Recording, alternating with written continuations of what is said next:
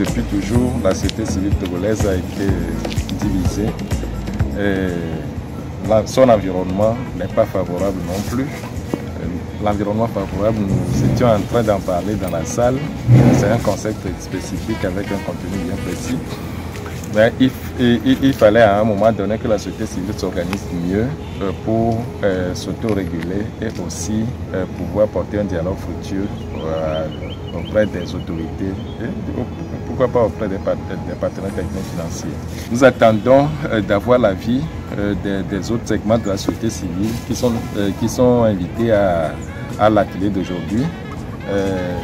On s'attend à l'adhésion possible de certains segments, parce que là, il y a des organisations de médias qui sont dans la salle, il y a des organisations syndicales qui sont dans la salle, il y a des confessions religieuses qui sont là, et on a invité aussi des organisations universitaires.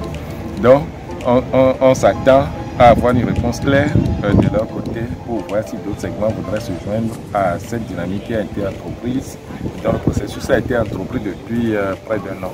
Conformément à la feuille de route qui est établie dans la note conceptuelle, il reste à tenir un atelier d'appropriation et d'orientation des membres sur les dispositions internationales qui encadrent la société civile et aussi à tenir une assemblée générale constitutive et à lancer officiellement la plateforme. Je parlais de notre environnement.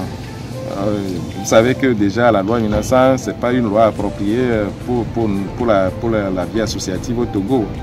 Et donc, il faut plaider auprès des autorités compétentes pour pouvoir modifier. Pas modifier, parce que la loi là, on ne peut pas la modifier. Ça fait 121 ans que ça existe.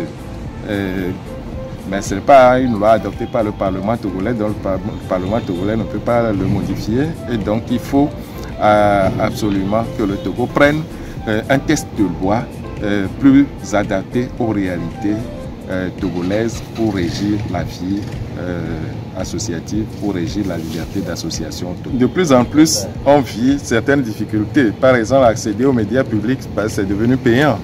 Et puis ensuite, même oui, on reçoit un traitement de la part de la Caisse de sécurité sociale qui n'est pas toujours adapté à nos réalités de l'OTR et qui a un code fiscal qui ne comprend pas de spécificité. Il y a tous ces problèmes-là que nous sommes en train de discuter entre nous, mais le but est de porter nos doléances devant les autorités.